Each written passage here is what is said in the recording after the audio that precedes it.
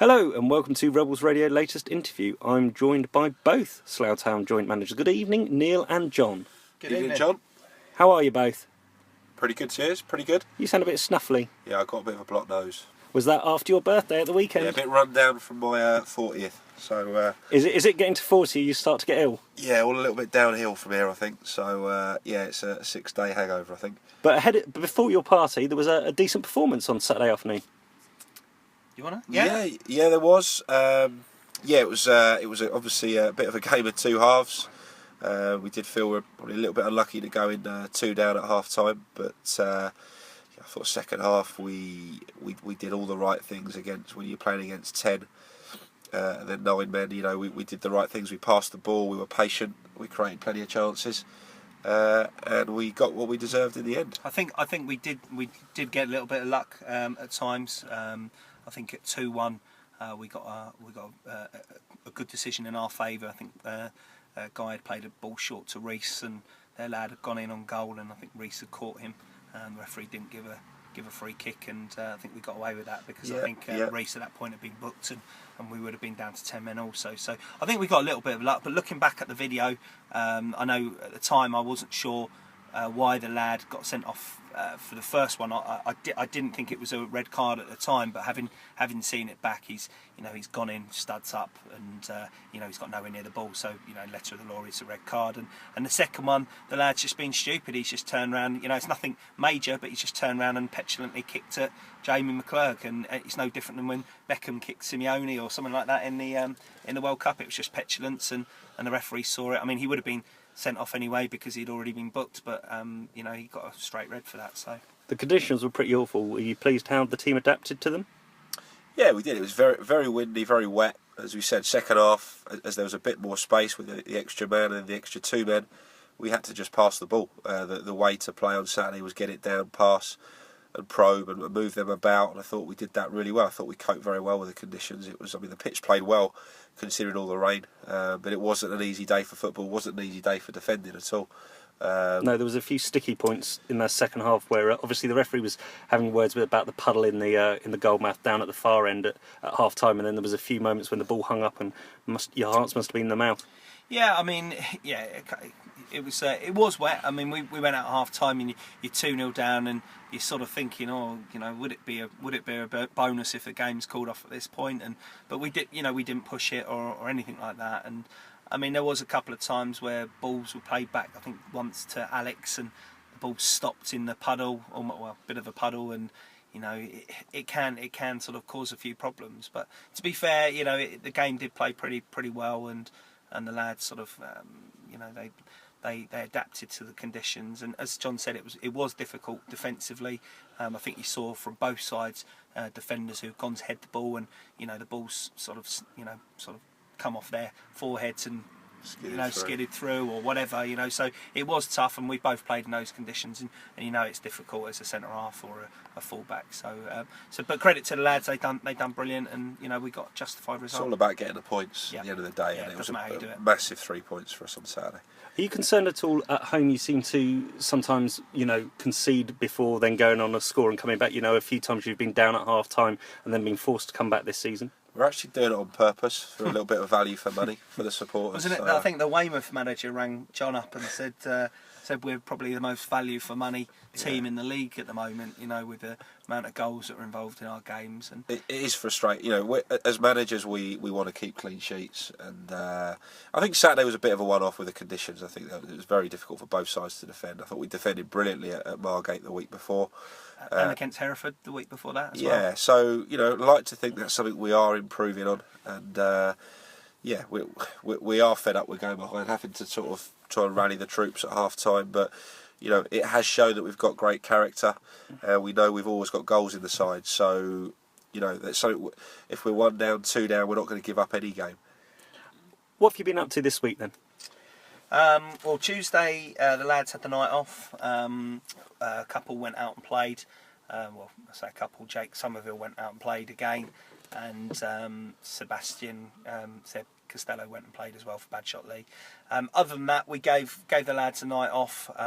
We've just trained tonight over near Heathrow on a 3G surface. We've had a real lively session tonight. Yeah, I mean, everyone was in really good spirits and sort of ready for the weekend, to be honest. Is Alex going to be with us at the weekend? Yeah, it's Alex's last game on Saturday. His loan finishes Saturday night, so Summers will play again for Badshot Lee. He's had 2 games this week, kept 2 clean sheets, done ever so well. Bakes went and watched him Tuesday, and he said he was very, very good. So he'll come back in for Cirencester on Tuesday. But yeah, Alex plays his final game Saturday. He's done a great job for us. He's a good lad, and he's really helped us out coming in there. In terms of other squad news, how are other injuries progressing? Ben Ed, Dobbo, etc. Yeah, Ben's fine. Dobbo's trained tonight. He's got through the session tonight. Still not he's obviously been out for a couple of weeks, so still not 100% sure that he's 100% fit, but he trained tonight, so that's good. Guy's had tonsillitis this week. I think it was off the back of last week where he was feeling a bit rough before the weekend.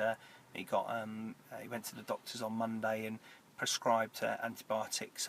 So he didn't train tonight. We're thinking he'll be available Saturday.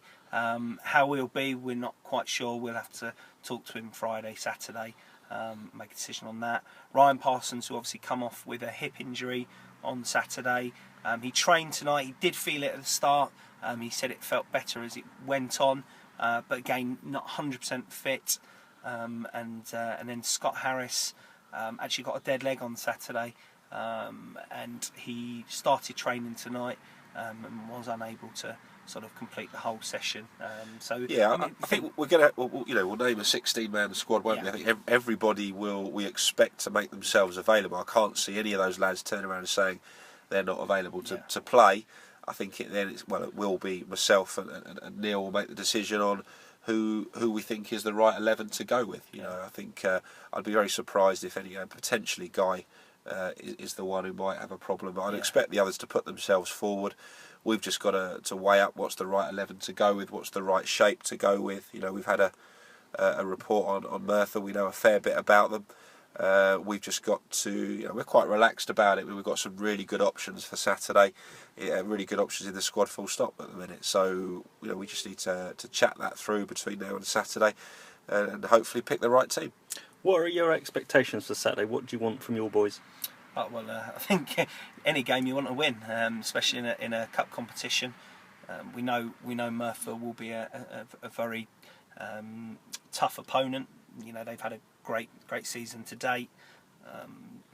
They were decent last season. They obviously missed out on the playoffs, in the same vein as Kettering, really. So, as far as I'm concerned, they could be playing at our level, no problems this season, and they'd be comfortable in our league. So, as far as I'm concerned, it's no different than a Southern Premier League game against a side that we know can do things on the day. So, we have to be right up for it. There'll be no sort of taking it easy, thinking, they're a step 4 side, because as I say, believe that they're as good as most step 3 sides that will play.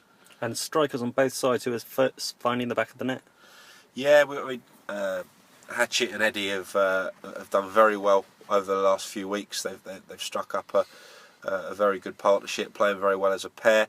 But the great news is we've got Johnny back as well now. Johnny trained brilliantly tonight. He looks so sharp. He's itching to get back in the side. We've got we're lucky to have 3 very good forwards. And they're all going to play a big part, in the coming weeks, really, and the rest of the season. If we can keep those 3 fit, it's a real boost, because we know that any combination of those 3, any pair, or even as a 3, they can. We've got plenty of options up there, so we'll monitor that one. But they all expect and want to play. They generally score goals when they do play, so it's a good headache to have. And a little run in the FA Trophy, another £3,000 plus, would be great on Saturday. Yeah, obviously last year we didn't make an awful lot from the cup runs, and obviously going out at the first hurdle in the FA Cup this year, which was disappointing. So for us to get through this round and potentially another round, that makes £10,000 for the club, which is good money. So we'd love to get on a run. I mean, we'd love to get on a run also for the fact that we'll get to pit ourselves against potentially conference outside or even conference sides. Conference South and Conference North sides come in at the next round, and Conference Premier sides the round after. So you've only got to win 2 games, and you're potentially playing against a Woking or an Aldershot. And for myself and John, that's what we want to be doing. We want to be pitting our wits against likes of Gary Hill, Andy Scott, and the likes of that. So it'd be great if we can get on a run, and we'll be getting the lads bang up for it. Also, the achievement in beating Margate away, and the day we had there, and the superb performance, to go and put in a below par performance in the next round and get dumped out is something you don't really want to think about. We did so well to win there. That needs to be the platform for a run. It can't be a one-off result. Well, brilliant. Thank you very much for your time, gents. Good luck on Saturday, and hopefully we'll talk after another victory. Let's hope so, John. Cheers, John. Cheers.